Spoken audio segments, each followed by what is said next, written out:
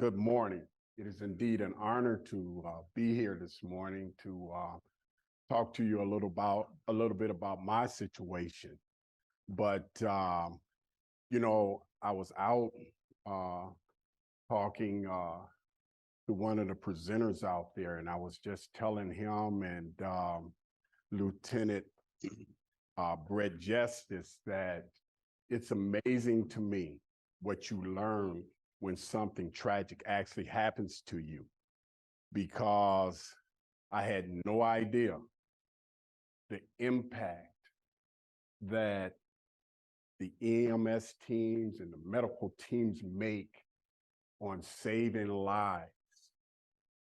But what is unfortunate about it is the fact that you guys just don't get the credit that you deserve. It's disheartening to me. Tom Izzo, I worked for him for 23 years. But for those of you that don't know, it's more than just a working relationship. He's one of my best friends and I'm one of his best friends. We're actually brothers. You will hear him refer to that anytime you hear him speak. And we said and we talked about my situation several times. And one of the things we brought up and just discussed and it's just mind-boggling to me is that we could go in the Breslin Arena and win a basketball game, and everybody in the country, every media outlet, every reporter, every fan across the nation is there to give us all kind of adulation and pats on the back. But yet and still, when an emergency team arrives and saves people's lives, you get very little or no credit for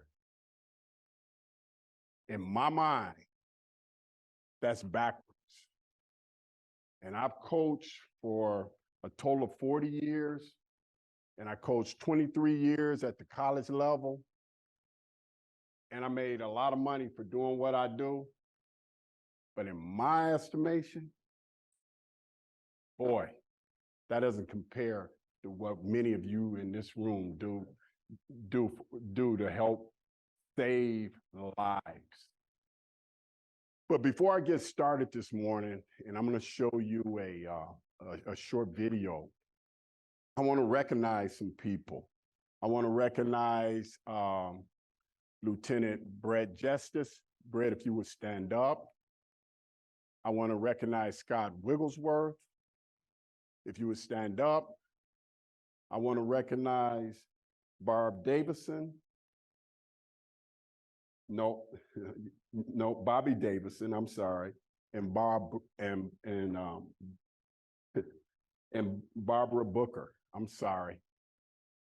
I don't know them as well as I know Brett and Scott. Scott's dad was a great friend of mine before he became the sheriff. And these people are a part of my survival team. I don't like to refer to them as first responders because they do more than just respond when they're called to an emergency medical situation. They actually save lives. So in my mind, they're more of a survival team. And thank God they were there for me on August 27th to save my life. But they deserve every bit of the honor and the praise for what they do, not only for what they did for me, but what they do for other people.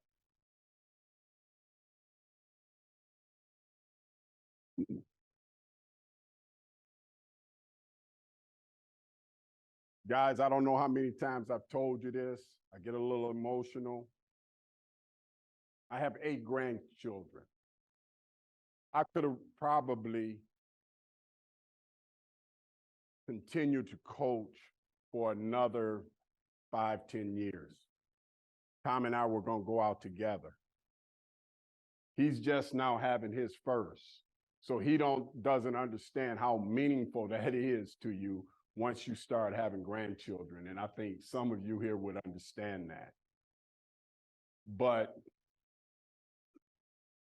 I'm going to tell you, the main reason that I retired was for those 8 kids. I wanted to pour into them what I have poured into all of those young men that I have worked with for basically 40 years, because I was a high school coach before I was a college coach. And I needed to have that time. I'm 68 years old. And I just said, hey, there needs to be a change right now.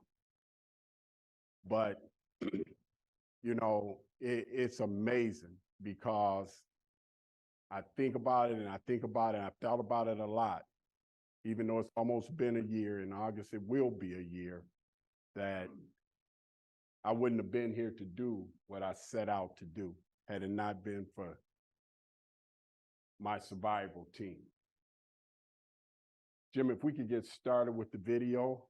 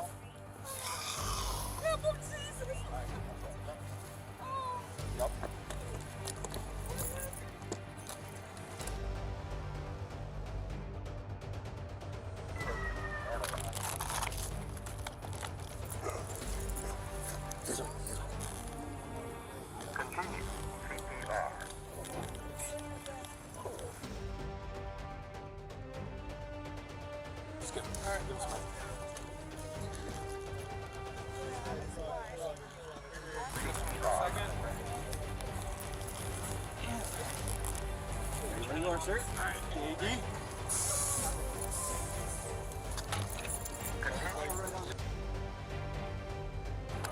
I need some info in here. Going off.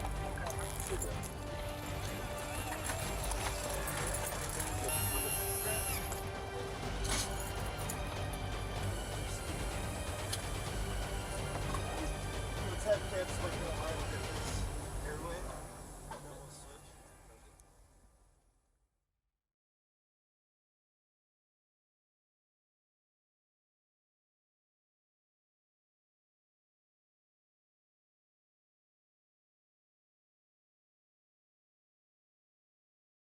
So, of course, what you just saw there was me.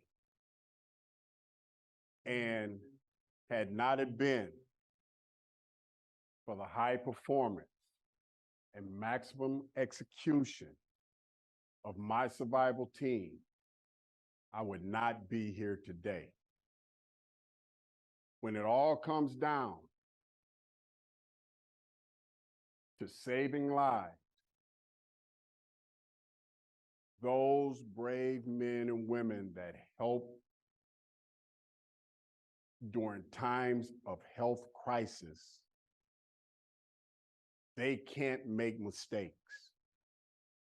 You know, what's interesting is in that, as I said, I worked for 40 years with young men, and I've been a part of teams as a basketball player myself.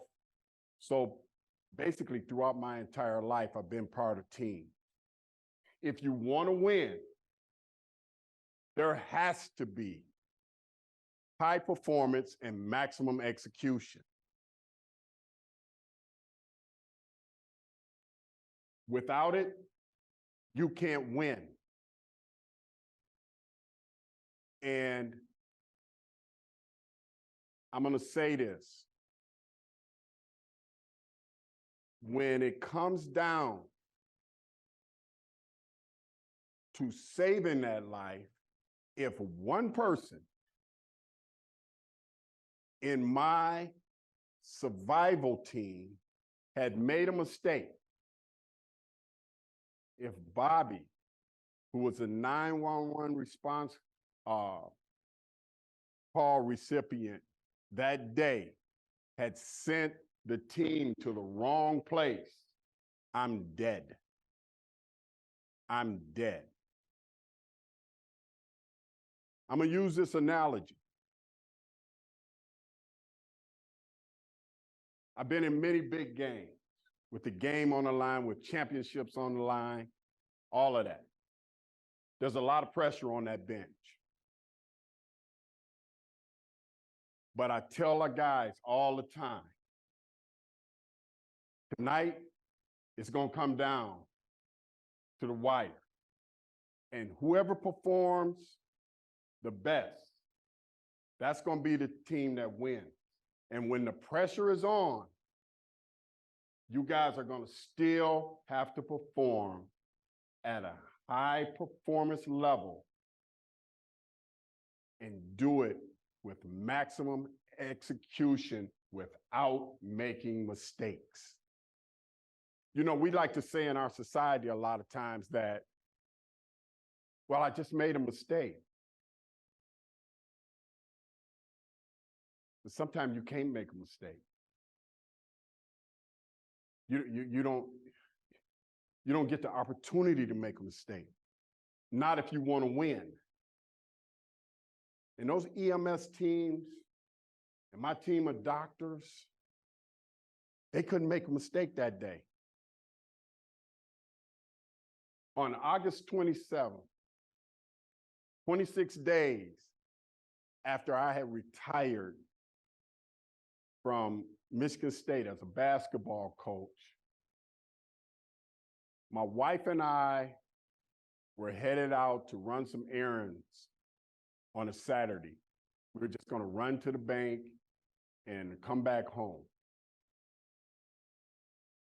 Little did I know that not even 5 minutes later, my life would be in jeopardy and in the hands of two unbelievable Good Samaritans, Jason Blackwell and John DeRoe, who arrived at the scene just as it happened. I went out, I hit a tree, and from that point on, I can't remember anything that happened. But Jason and John stopped right away.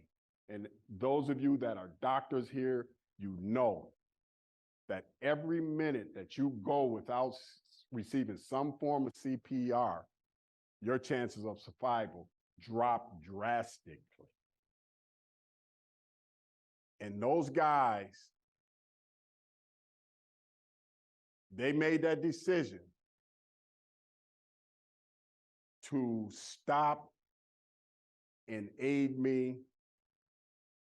I don't want to say in my efforts to survive, but to help keep me going until my survival team could arrive and take over.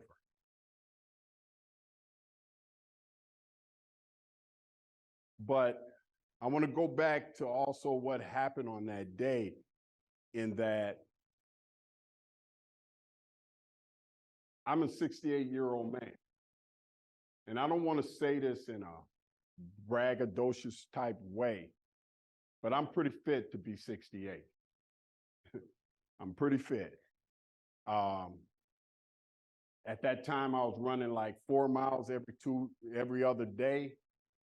I was lifting weights. I was probably the strongest that I've ever been in my life. And never, ever in my life had I taken one medication. No high blood pressure, no kind of kidney disease or diabetes, none of that. I had no idea. My chest never hurt. I had no idea this was coming. So it can happen to anybody. But I was able to survive because someone took the time to learn CPR. And I think that's what we're here today, to try to drive home to the public the need for more people to learn CPR and the proper use of AEDs. My wife and I started our foundation. We don't quite know what we're doing right now, but Jim has, he's been trying to help us along the way. But, people, I'm a religious guy, and people say, well, Mike, why would you let Channel 10 film you like that? And why aren't you embarrassed? What do you mean by embarrassed? I mean, you'd be surprised. People actually say that I would have never done that. Well, you know what? I feel fortunate that it happened to me because of the platform that I have to be able to help, to bring awareness for the need of more and more and more people to learn CPR and the proper use of AEDs. And that's what my wife and I are set out to do. Let me challenge you guys with something. I have a little vision here about this. And when you're a coach, you kind of have to be a visionary. I want to paint this picture in your mind.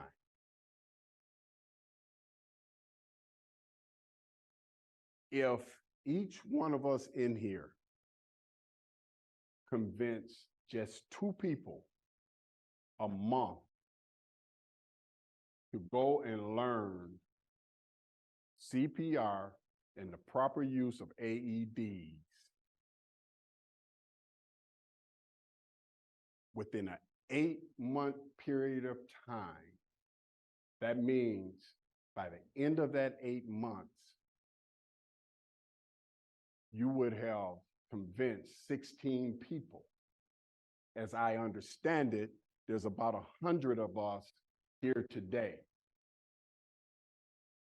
If that's the case, 600 more people that would know how to save lives using CPR and AEDs properly. Just think about that. Just think about that. And my vision for this, and I hope that my foundation and this group can collaborate a lot more.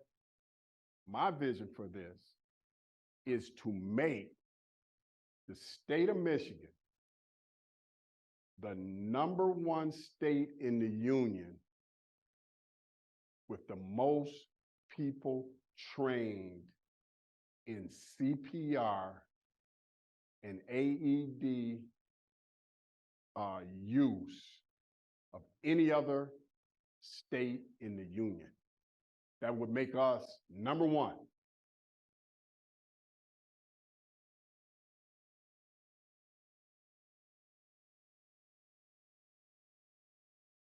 And I'm going to close by saying this. Just a thought. And you can apply this thought to anything you want. When our mind is blind to the possibility, our eyes can't see the opportunity.